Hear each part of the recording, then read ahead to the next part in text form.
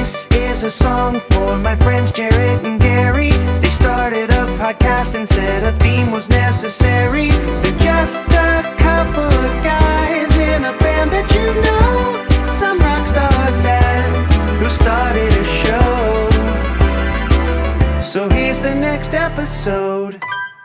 Welcome, everyone, to the Rockstar Dad Show. My name is Jaret, and with me, as always, is Gary.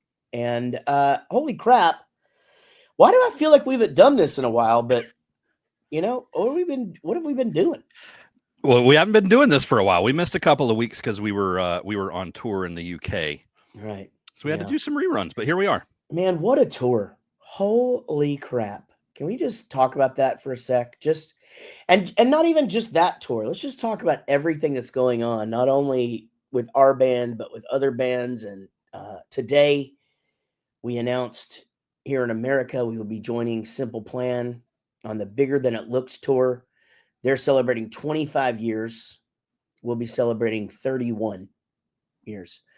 That's like Baskin. Dude, we should do a Baskin Robbins shirt. I think we talked about that, didn't we? I don't know. We drink, but yeah, I think we did. Yeah, we've got to do that, right? Yeah, we've got to get that. We need to launch that like around the birthday. I'll get on that soon.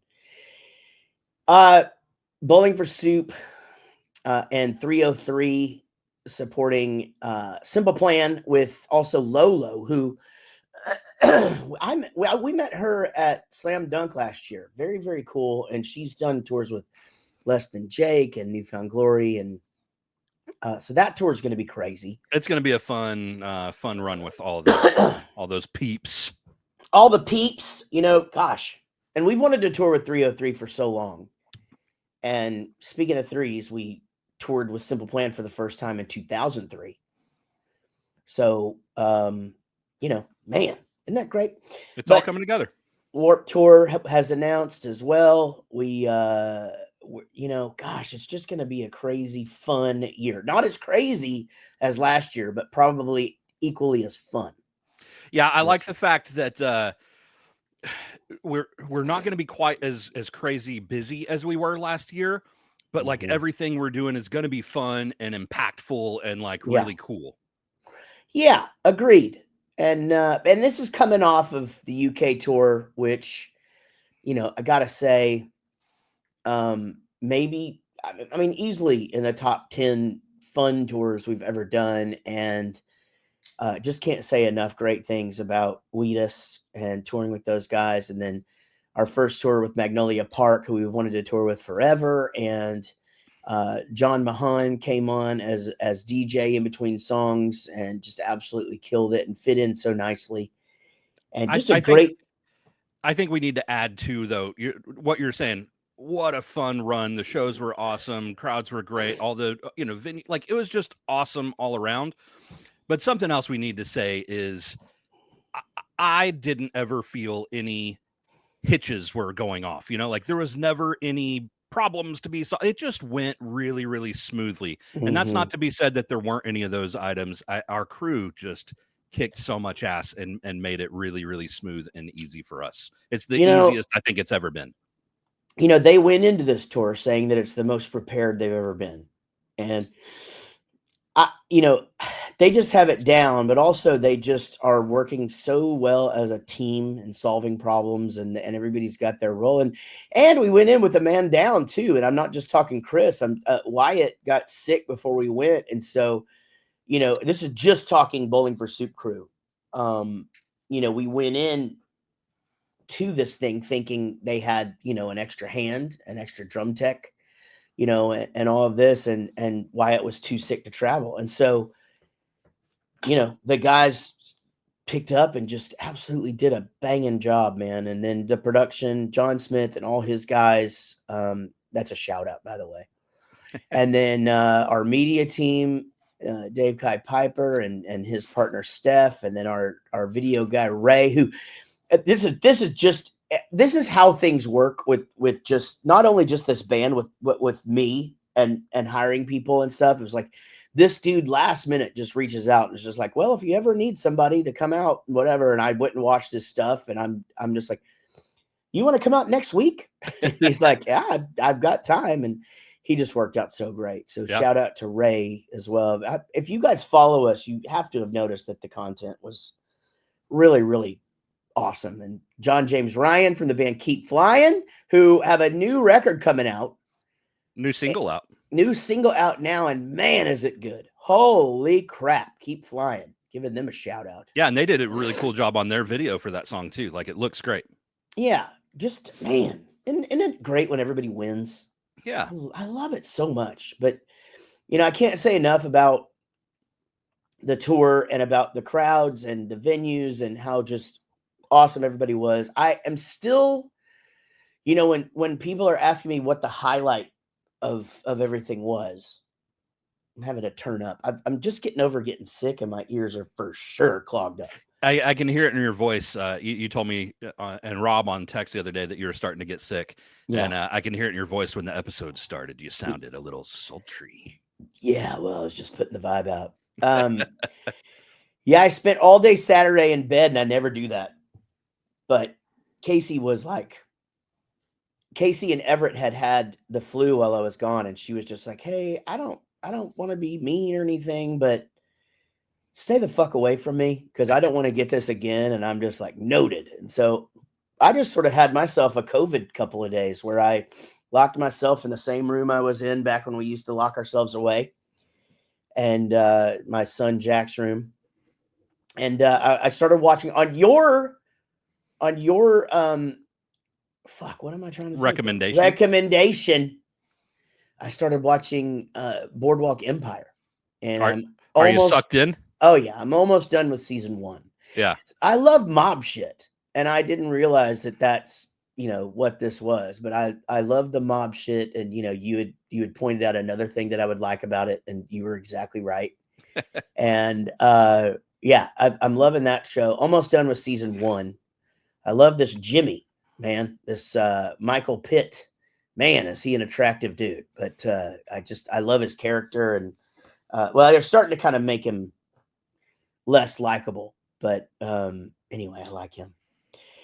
There's some definitely good character arcs you're going to enjoy in that.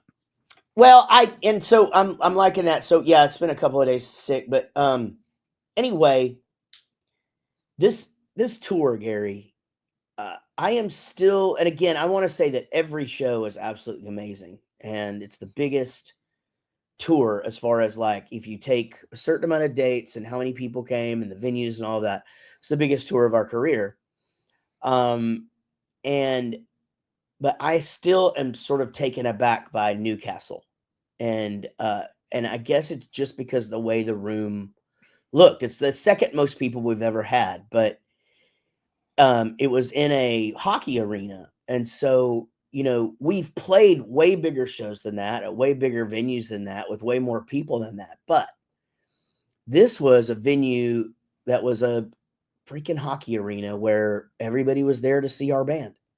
And it wasn't a radio festival, or we weren't supporting someone, or it wasn't, some sort of a, slam dunk or something like that. This was a Bowling for Soup tour with great support. Our show with great support. And just to come out there and see a sold out crowd like that in that room was just absolutely, again, it really took me aback. And I seldom get that way. I'm seldom, there's been a couple of shocking things about this last tour. First of all, or during this time, but that shocked me. And then, of course, we're playing Wembley in December, Wembley Arena, our biggest headline show of all time. And the initial sales of that tour shocked the F out of me.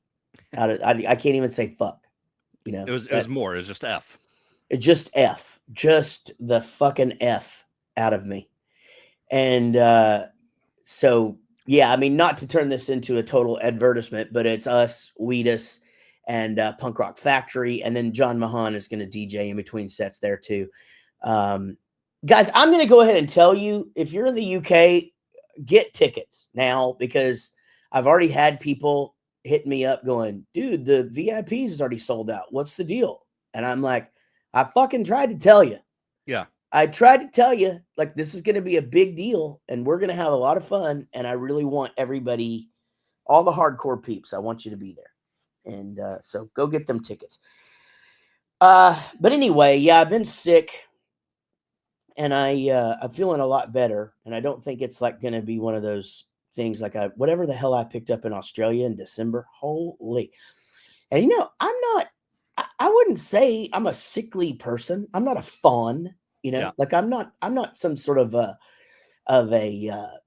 don't need to be incubated or quarantined. I'm not sickly, but man, this winter has hit me hard. And I'm not going to blame it on this, Gary, but I will say for conspiracy theorists out there, I did get a fucking flu shot this year and I hadn't had one of those in like 20 years. Okay, there's two things I was going to say. Actually, one thing I was going to say, but you led me into another. But I was going to say, like, it's just I think it's a weird year. I mean, everyone I know's been sick with the flu or this or that, right? And everyone said it's been a worse flu than they normally have, because normally it's a day or two and then you're back at it and everyone's like, yeah, it's knocked me down for a week or 2 weeks, right? But hey, we're not a medical show. I'm not a medical doctor. I don't know anything. But I did read an article recently that was talking about the flu vaccine, and I think we've all known forever that the flu shot, it's protecting against the strain of flu that they're expecting to come out this season, right? Right. Sure. And sometimes they hit it and sometimes they miss it. But what this article was saying was that if you get it, that you're like 4 times more susceptible to the other strains whenever you get the shot. No shit. Now, again, who knows? But there's the other probably strains, 20 other. But the other strains are not as bad as the one that they're giving you the shot for. They're trying to, but it's just basically Not necessarily. They're just saying they think this is going to be the strain that's coming, right? Yeah.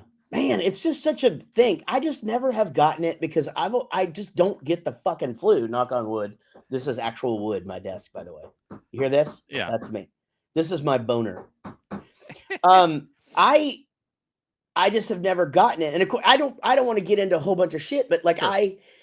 I have a new doctor. I've talked about it on the show. He has like been very, very thorough. And I am the healthiest, and the best I have felt in 10 years. I've lost 40 pounds.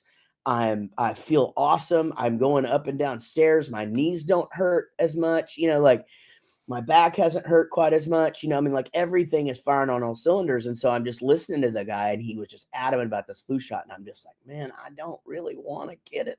Yeah. And he's like, look, I can't make you get it. But he's just like, if I don't remember what the scenario he was just like, but if he goes like, if a country and you think of the flu as like your country or your body being invaded, you want your soldiers to have weapons, Right. And then he's like, and you're 52 and you've got I've got high blood pressure, that is super runs in both sides of my family, and there's other things that are wrong with me. And so I took it, and I'm honestly, I'm being silly. I'm not blaming it on that, but I have just been the whole time going, if I get the fucking flu, I am going to be fucking pissed. I don't know, man. I think there's something to it. Anecdotally speaking, like I used to get it every year, and all through my 20s and early 30s, I got it every year.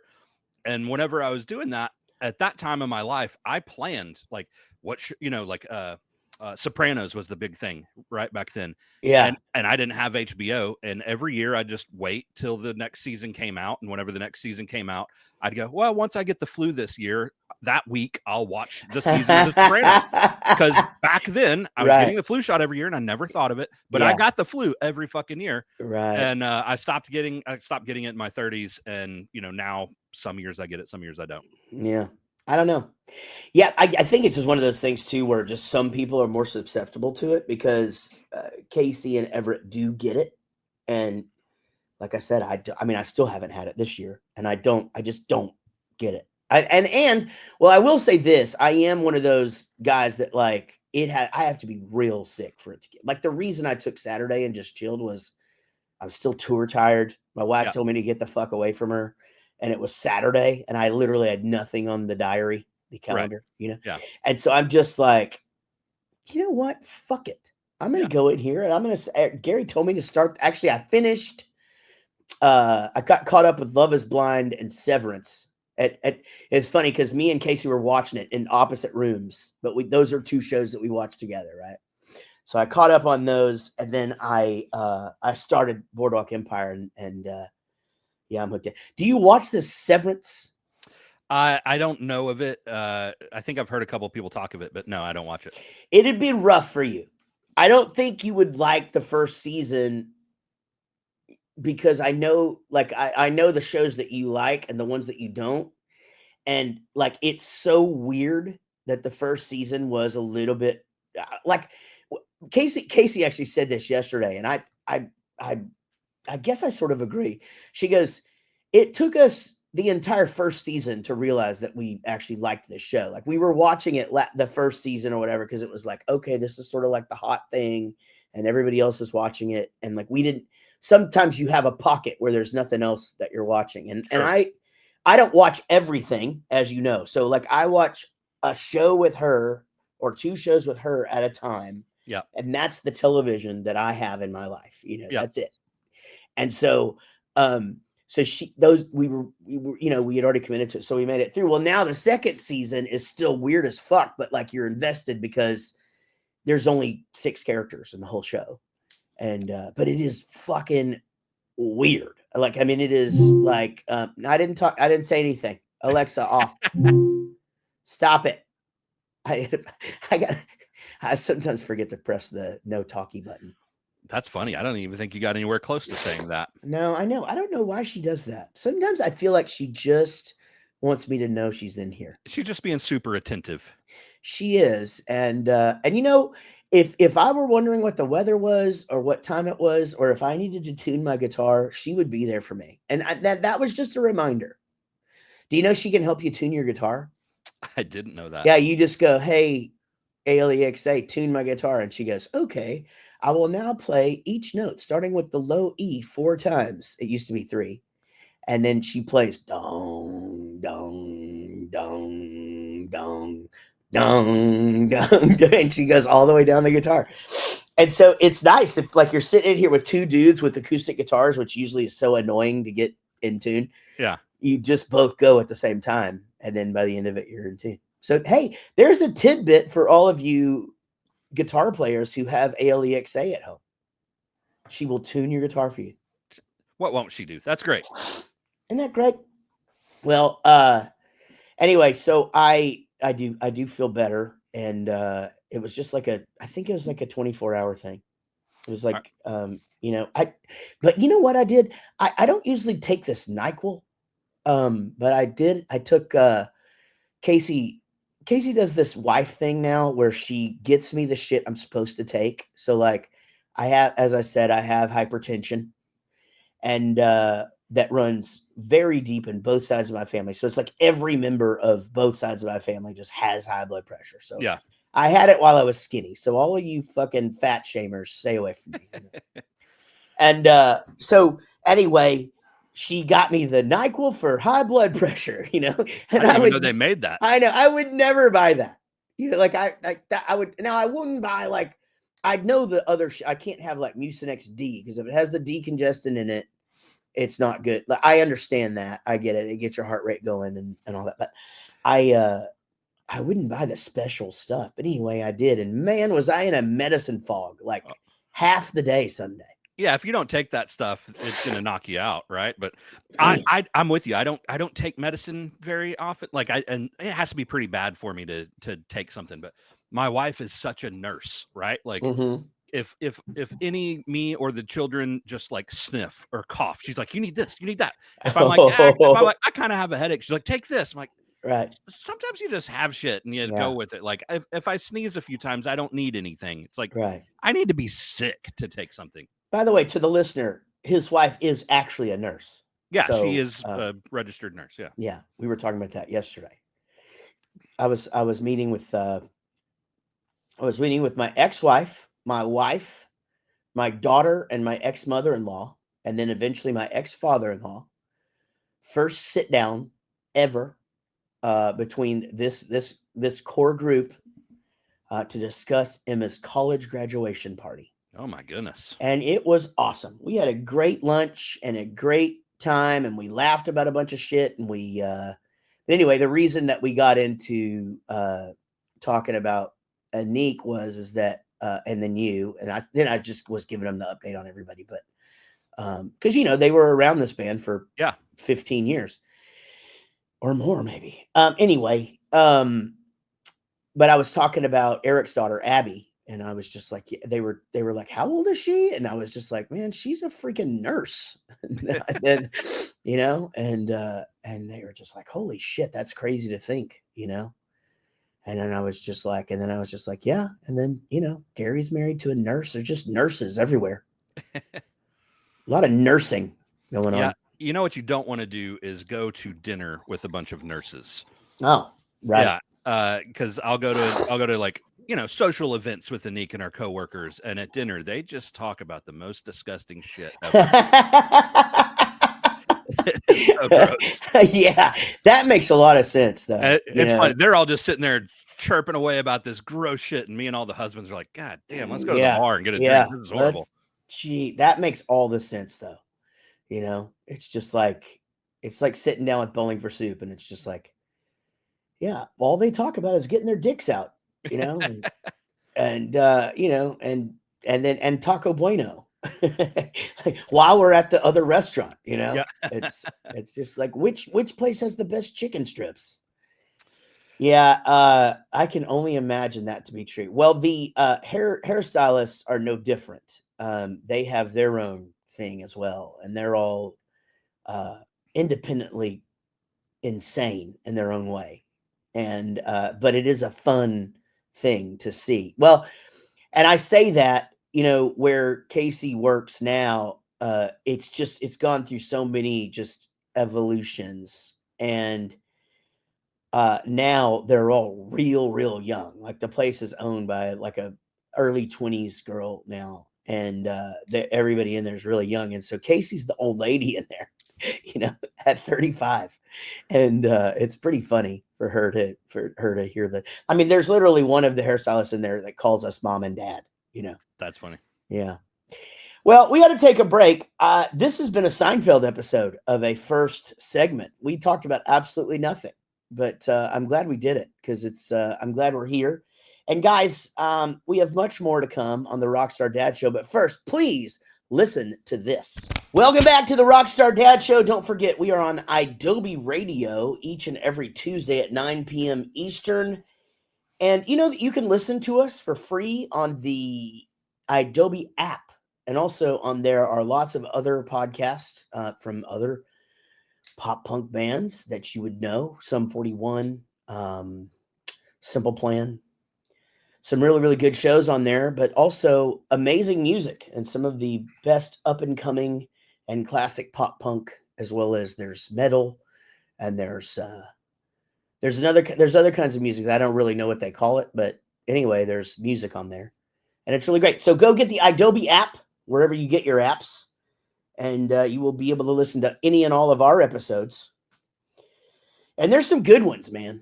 There really are. There are some amazing guests, and some amazing guests coming up. We've got a couple in the pipeline. I was just thinking we need to get one of the Simple Plan guys on here as soon as possible. We've had Pierre, and we've had have we had Sebastian? Yeah. And Chuck. Yeah. So maybe it's time to get Jeff on here. There you go. And talk about the tour. But Jeff, has I believe 2 daughters, and has been in and out of the restaurant business, and he's a classical trained guitar player. Like, he's this amazing shredding dude. He's just an interesting guy. He actually knows what he's doing. He knows what he's doing. Yeah. We're doing a covers album of pop punk songs, and one of the songs is a Simple Plan song. And Rob was trying to lay the basics down so that Gary could play the drums, and he was just like, "Yeah, we're either gonna have to get Jeff or Linus to play this. This is crazy." And like, Rob's real good at playing the guitar, but apparently Jeff sneaks some of that classical stuff into these songs. Sneaky Canadian. Yeah, it's just these chords that no one in their right mind can form. which is cool, man. I think that's it's funny how many people in this genre of music are like these virtuoso dudes, and like you would never know because of the music that they play, or it's wild. It's like that drummer that me and Rob were talking about, the guy who played for Makeout on the last run. God, oh yeah, Eric. And it's like you watch that guy play on his videos or whatever, you're like, what the fuck is this? This is great. Like the guy's really, really good. Yeah, and he doesn't look like he's doing anything, He's a shredder. He's got good technique too, because he makes it look super easy. Oh man, just so easy and whatever. It's just like you would never know that guy was that good. Because he's, in Makeout, he's just kind of back there holding it down, Yeah, he does some cool stuff. It's like real tasty. You kind of have to like pay attention to catch it. But man, he's a shredder. He's a shredder. He certainly is. Man, it's dad stuff. We're well into the second semester here. I'm about to have a college graduate, and that's crazy.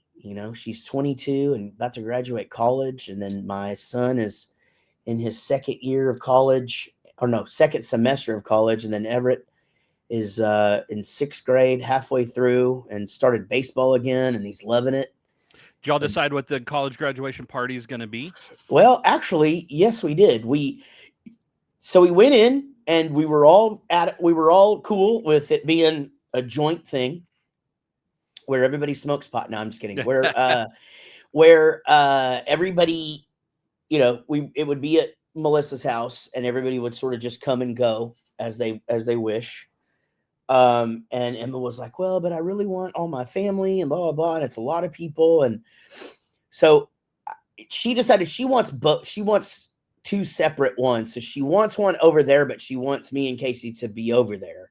Yeah. And then she wants one over here. Because she wants like the normal thing that happens over here. So, and our parties are kind of, they're a little bit different. Like she's going to have some of her work associates and stuff come to the one at her mom's. Yeah. And over here, I think it's just going to be just kind of like the normal crew that come to our Christmas and Super Bowl parties and shit. And then she's like, I want it to start out to where we just do the normal thing with pictures and stuff, and then we end up in the pool. And I was like, well, yeah, then we should have separate ones, because that's what's going to happen at our house. Yeah. And so that's the plan. But I'm hoping that her mom and her mom's man Steve, who is rad as fuck, I hope they come. And it's weird. The world is crazy how things change, like relationships, they ebb and flow through life. And, you go through things where you fight over custody of your kids, and you all of this shit. Now we're at this situation where we're like planning parties together. And then her, Melissa's partner, I guess boyfriend, I don't know. They live together, but they're not married. I don't know. I'm going to say husband. Sure. Anyway, her husband works over near a place that I'm about to play a country show. And I'm like, there's a billboard outside. So like, he just sent her a picture of the billboard. Like, hey, Jaret's playing over here. It's just fun that we're able to just all be, a family, and it's cool. It's over the hump of all the, I don't know if drama is the right word, but just difficulty. Yeah, dramas. I mean, there's definitely been, again, I think, they were 9 and 6 when we split up, and, we both had our own ideas of like what we wanted to do and where we wanted to be and where we wanted them to be and go. And we both everybody did the best they could, and both of us were navigating, other relationships and marriages, and, so, it's everything's at a really good place. I that's the thing that I would say to everybody, out there who I say this to everybody all the time. It's just like when you're in the depths of that part of your life where you're just fighting for every inch of your kids, and then you just can't agree on things about money and all that with your ex and stuff. You just got to try and take the high road as best you can. And at the end of all of it, you sort of look back and you've got 2 great kids, and they appreciate everything that you did, hopefully. And, and then you can sort of all just breathe a sigh of relief and wait for grandkids. And so I think that's where we all are. And but it was really, really nice day. And it's cool because it was, they started talking parties, and you know how Casey is. And so, of course, they're like, well, we just don't know how to do this. And she's like, oh, I can make that. Here's a picture of 3 of them I've made, and they're like, well, what do you think about centerpieces? Oh, I can make centerpieces. Here's a picture of a bunch of centerpieces. And so, and Casey likes to be hyper focused on projects and shit like that. So she's got 2 parties worth to plan now. Yeah. And we're going to have a freaking college graduate, which is just wild. That's crazy. Wild. Yeah. That is crazy. I hear you on the second semester craziness. Over here at our house, I got home and Mia had like this STEM meeting night at school, and she's got dance going on, and she's got a pageant that she's in at school that she's doing. And so she's got a bunch of stuff happening. Tyler, baseball is back on. He's got anywhere from 3 to 9 baseball games a week. Holy shit. Yeah, he's got pitching lesson and then 2 practices a week. Plus he's in band. So he's got UIL that's happening. He's got solo and ensemble stuff that's happening. He's got tryouts for high school drumline that's coming up. So he's got all that shit. On top of that, he's taking a couple of high school level classes. He's got straight A's right now. I couldn't be prouder of the kid. He's just busy as all get out. Yeah. But things are just firing over here. I mean, we're going crazy busy. But with all that, we have to have communication back and forth, because hey, you know how these organizations are, right? They'll put something out going, hey, this is happening at 5:30. But then someone else goes, we'll see you at 5. And you're like, wait, is it 5:30 or 5? Yeah. And I've got this new, I don't know, it's not a theory, a new realization. We've talked about like on Facebook Marketplace, whenever you try to sell something, you're like, it's a blue medium Adidas shirt, and all the communication bags like, what color is it? What size is it? You're like, God damn it, read the freaking message. I feel like that's how emailing with whether it's school or coaches or band or whoever, I'm not trying to throw anyone under the bus. I'm not telling specific stories here, but it doesn't matter who it is. Anytime you have like 2 or 3 questions and you put it in an email, if you have 2 or 3 questions, email or text, what you get back is either yup or an answer to 1 question. Yeah. It's like, God damn it. Can we not communicate clearly here? It's so frustrating, especially when we have so many things happening. Yeah, no, I'm with you on that. And I'll back up and put this into my life, is because, my wife is a hairstylist. And so sometimes I'll think of 3 or 4 things while she can't pick up her phone. So she can't pick up her phone that whole day, if she's busy. And so it's like 4 questions, and I know for sure she's never going to be answering them all, because, my wife is a self-proclaimed terrible texter. She's a horrible texter. She admits it. And, she would rather there be a phone call, and, that can't always happen. And so I will try and like put them all in a separate thing, but then I've just created this thread that is so long that I know she's not ever going to read it, and she'll tell me she's never going to read it. There's not a right or wrong way to do it. It's just going to be wrong no matter what, I guess. Because like I try to communicate super clearly. So like I'll ask a question, but in that question, I'll tell you why I'm asking that question, so you know how to answer that question. But then that's too long, right? And if I've got 4 questions, it's too fucking long.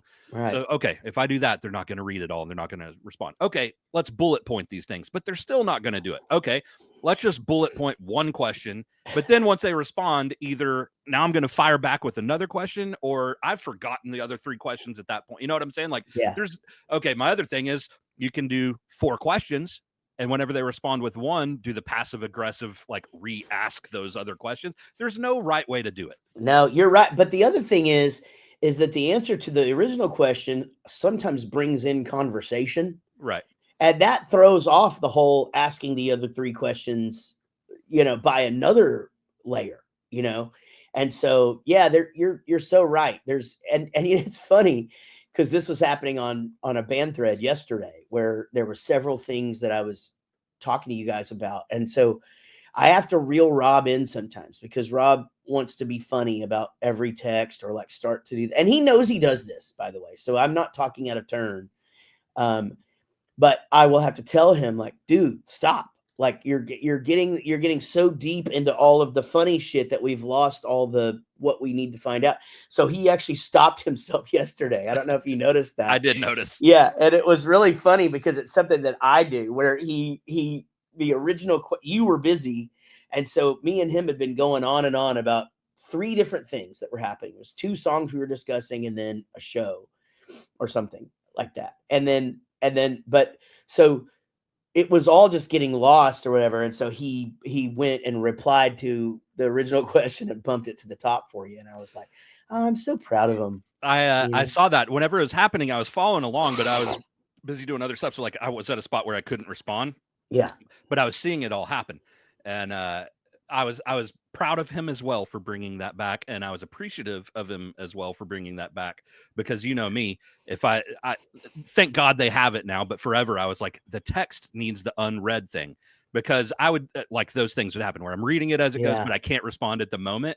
And then because it's not marked as unread, I would be like, well, I forgot about that. That's gone now. Totally. But luckily you can add it to unread now. But anyways, I appreciated that he did that for me. It was nice. Well, on some of the threads, like if it's a band and crew thread, you've got 9 people on there. And so if they start to do the joke thing back and forth about about not wanting to answer the question, or they have something hilarious to say. Yeah. It's like, man, it starts out with something like, hey, we need a picture of your passport stamp. And then somebody's like, go fuck yourself. Yeah. And then the next person is like, yeah, go fuck yourself. And the other person goes, what's a passport? I'm being silly, but that's sincerely the way that it is. 103 texts later and 4 days later, Dave's like, can I get those passport stamps? Yeah, exactly. Yeah. That's the thing. And so I had to tell, I have 2 of those guys in the country band. Rob and Jason both like to do that. And I'll have to tell them, like, guys, because Ryan is not like that. Keith is not like that. And so it's just like both of those guys, it's so hard to even get them to answer. I'm just like, you guys are fucking getting this shit. It's getting lost in a thread and I'm never going to get an answer. I just want to know if they can play at this show on such and such date, It's we have so many group threads, but it's almost like we need a separate group thread for just the band and also just the crew, where it's like serious questions, no jokes, just responses. Yeah. This is the one you can do hilarious stuff on. Yeah. And there you go. Yeah. So I actually started a deal between just me and the crew. And I had to tell Rob, because he will get his feelings hurt. And I get it. He doesn't want to feel left out. He wants to be a part of things. But I was just like, hey, I have a thread now. It's just me and the crew. We only talk about like production shit and like backdrops and things like that, to where it's like, you don't have to be in the conversation. And it's just so that this can be the specific thing. And that's worked out pretty good. I mean, every once in a while they'll get off on a tangent, but, I'm guilty of doing the same thing, but it's like when you're really trying to get something done, and there's 9 people on there. And we have another thread, just so for the listener, that has most Bowling for Soup crew guys that have a lot of our past crew guys, like especially like Dallas dudes, and then the Ginger and then the current crew, and then me and the band, and and Chris, being like the 4 band guys, right? Yeah. And and that thing will go off the fucking rails. And like, luckily you don't ever really need anything from that thread. It's literally just there, it's friendship and support and stuff. It is. It's 90% jokes. And then there's the 10% like checking in on somebody because you saw something weird on Facebook or something, which that's lovely and nice and great. But yeah, that one goes off at such random weird times, because it'll happen on an afternoon and holy shit, you look down and you got 58 missed messages. But most of the time it's 2:00 in the morning. Yeah. And you wake up and you're like, holy shit, man, I got 94 messages that I haven't seen. What's happening? Yeah. Well, that happened. And like because Greg, our old Ginger, our old drum tech, had told us that he was getting a hip replacement. And then that thread got so out of control that I was just sort of like half paying attention. I was trying to keep up and shit. Then before I realized it, like he had already had the operation. I'm like, oh shit, are you all right? And it's like, but I do love it. I love when those guys get going, and our it's fun to watch people chime in, and some people take a break from it for a while, then all of a sudden they're just back, and it's a good way to stay in touch.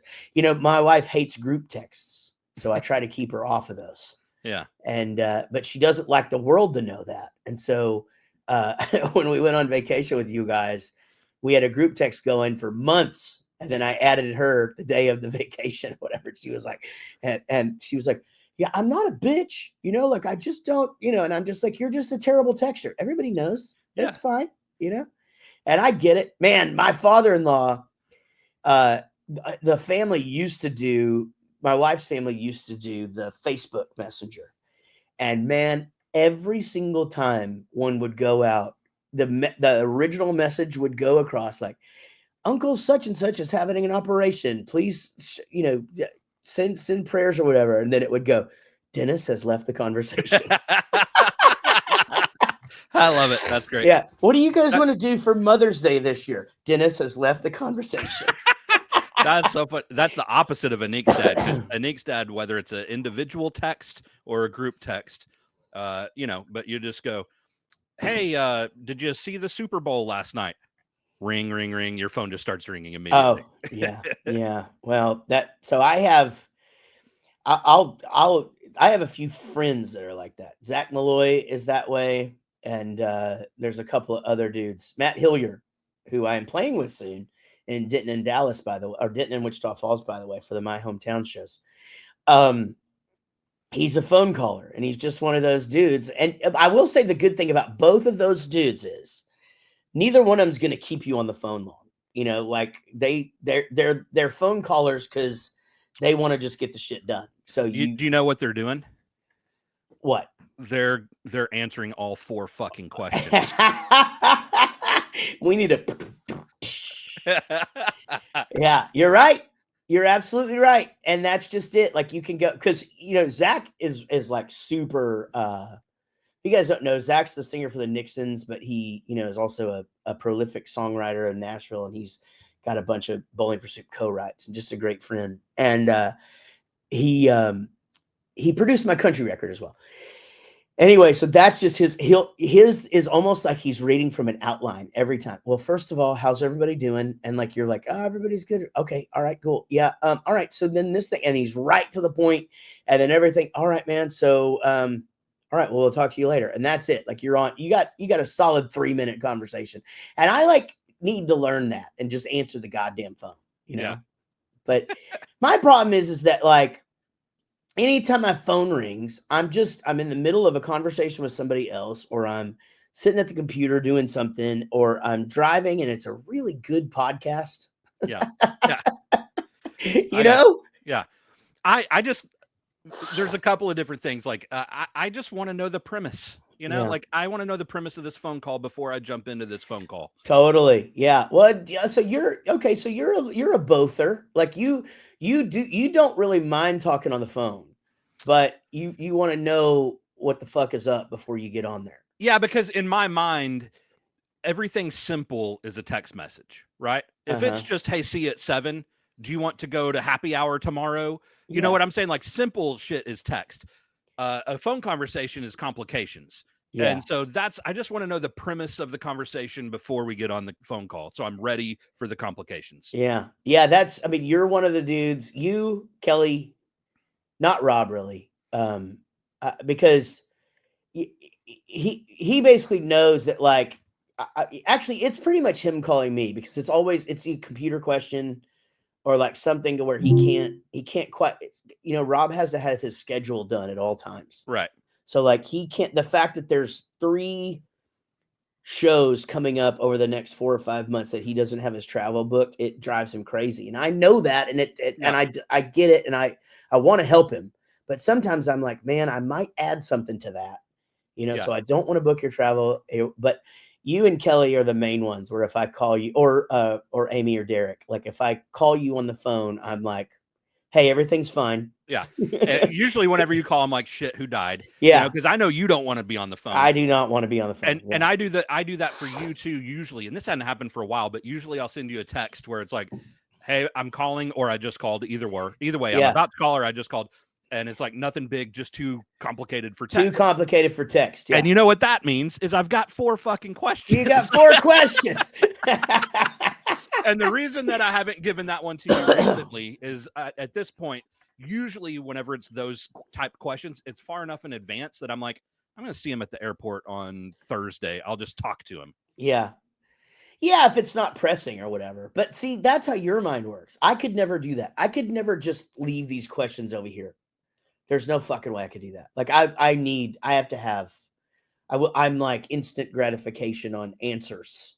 Well, the good thing about that for you is then you get it because you get it done now. If you get it done now, it's done, right?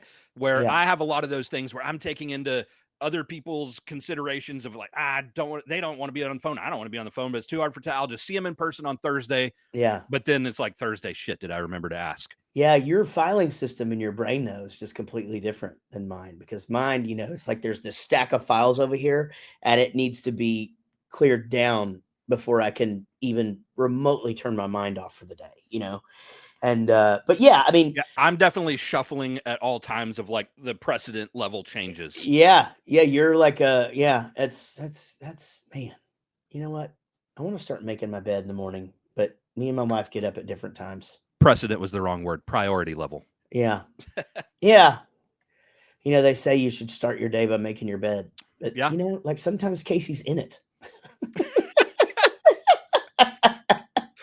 Huh? You just make it around, or you like roll her out? I've thought about that before. We do use separate blankets because we both have a comforter and we both have our own because everybody has their own thing. Like I like to have my feet under it, or like one on one side and one on the other, and then my knee. It's like between my knees, but I'm still all covered up, and it's this whole thing. It's a cocoon basically, and so we have separate comforters. But so I probably could just fold it in half and make my side of the bed. Yeah. Mia, she'll still come to our room in the middle of the night. A lot of the nights she just starts in our room because, she's 7. It's whatever, right? Yeah, totally. Some nights she's scared and it's too big. It's just come on in, right? Yeah, man. But she is a wild sleeper. And she's also just this little furnace, like she gets so hot. But she wants to start under the covers. And then in the middle of the night, she'll kick all of the covers off. And but she'll, whether she's on the covers, under the covers, whatever, she just tosses and turns. She'll kick you in the face. She's wild. So my new rule has been she can come to our room, but she has to be on top of our comforter and bring her own blanket. Okay. All right.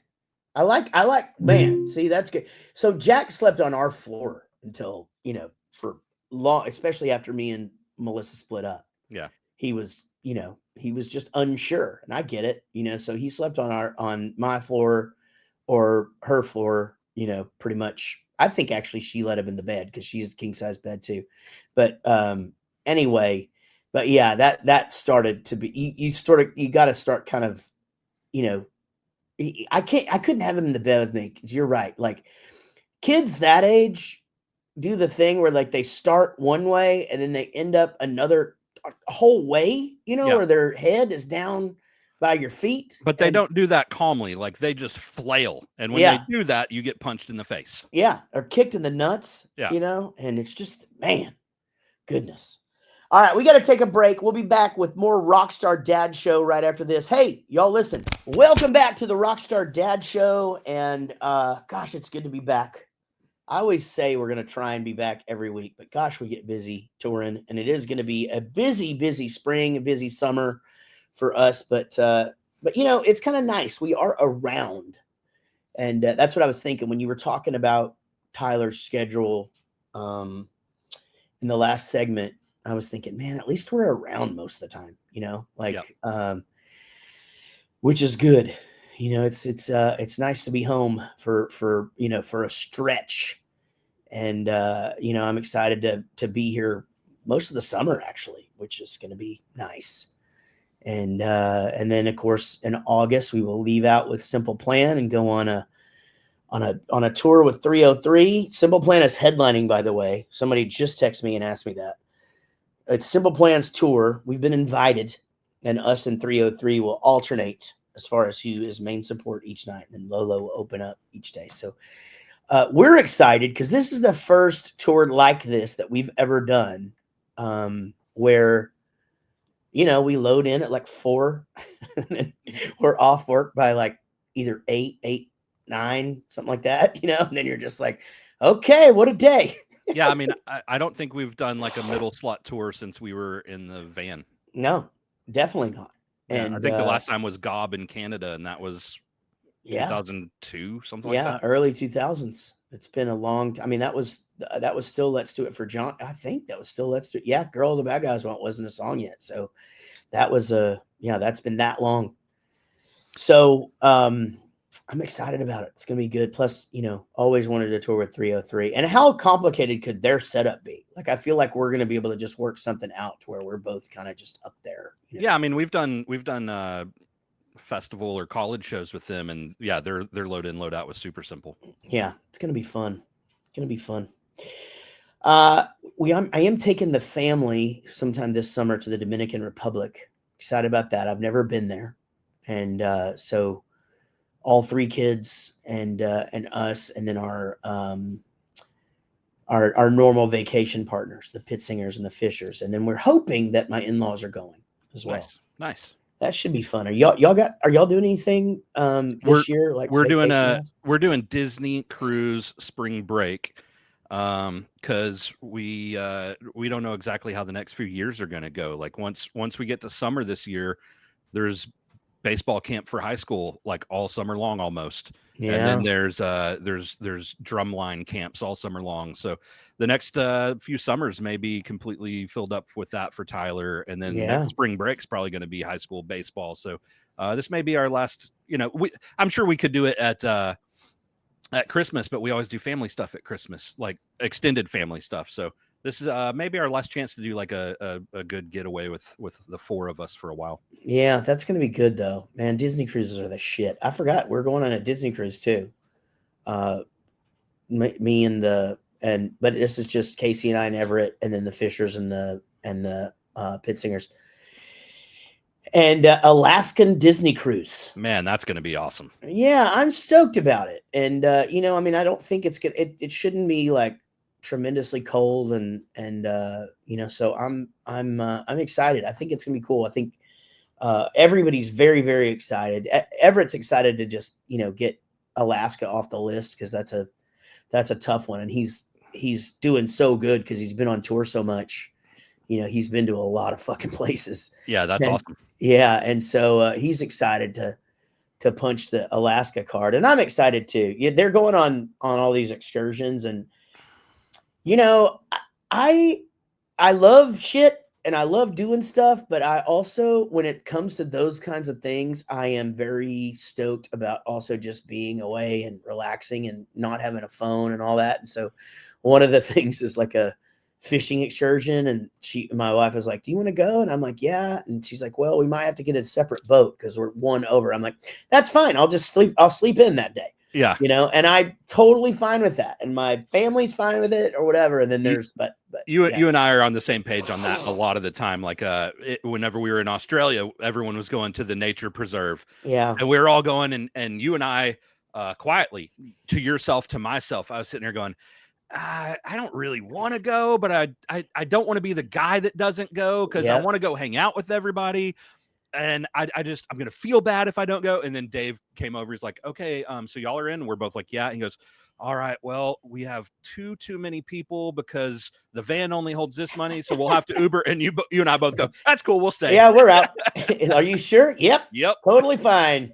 And what a glorious day it was. I can't remember what I was watching, but I just in my hotel room, comfortable. It was the time that in Australia where we actually got to stay in the same room for like 3 nights. Yeah. And it was nice. It was just glorious. But yeah, that's just it. And I was exactly on the same page. I was just like, man, because Taylor Acorn's people are going and 311's going, and we sort of, our group made this happen. Yeah. And I felt, man, we should fucking go.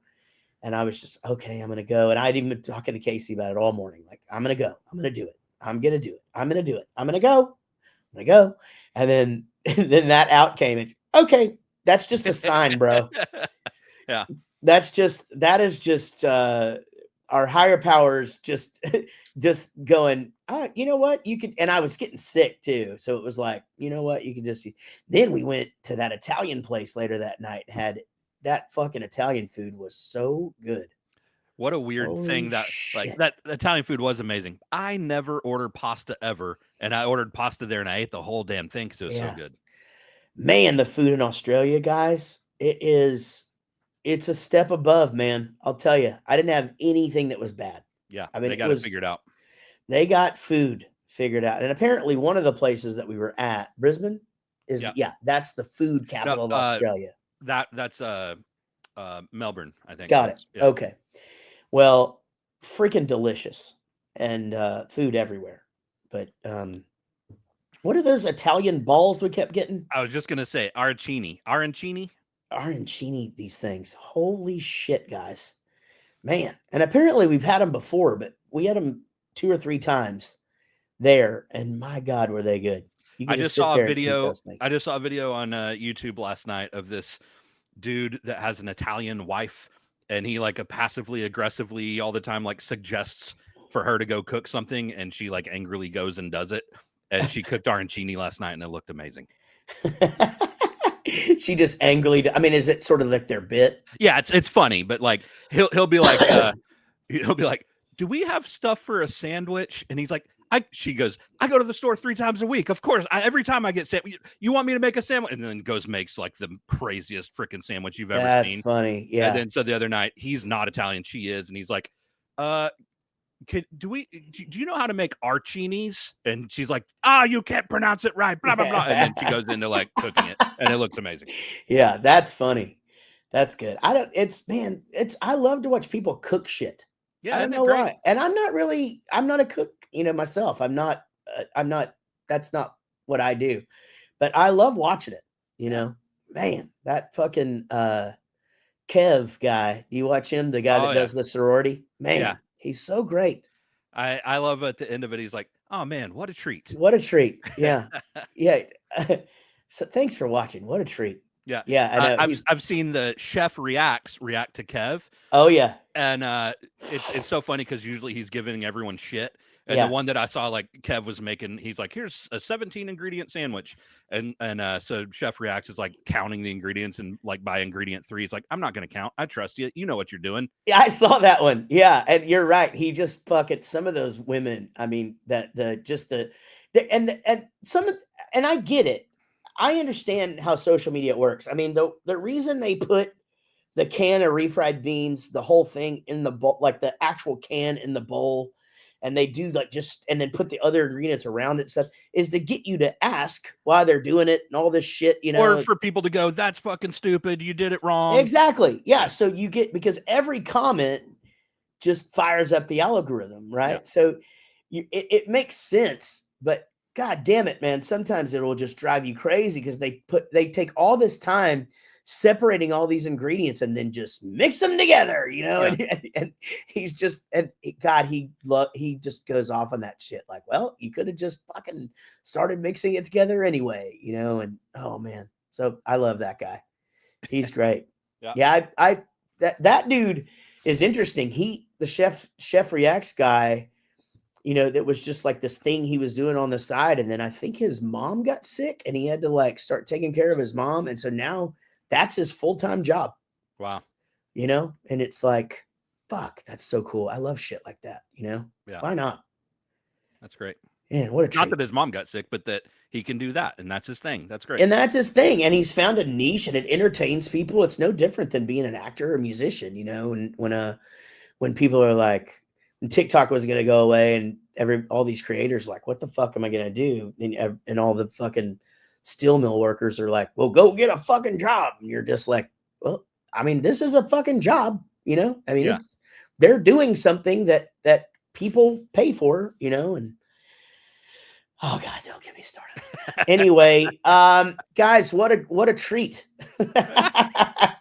This has been a good episode. It's good to be back. We'll be back next week with more Rockstar Dad Show. Don't forget, if you're listening on a podcatcher or iTunes or wherever, make sure and hit that subscribe button or go and grab that Adobe app while you're at it. And I'm going to go heat up a Factor meal. There you go. Me too. Yeah, let's do it. All right, guys. We'll see y'all next time. Y'all be good. This is a song for my friends Jaret and Gary. They started a podcast and said a theme was necessary. They're just a couple of guys in a band that you know, some rockstar dads who started a show. Until the next episode.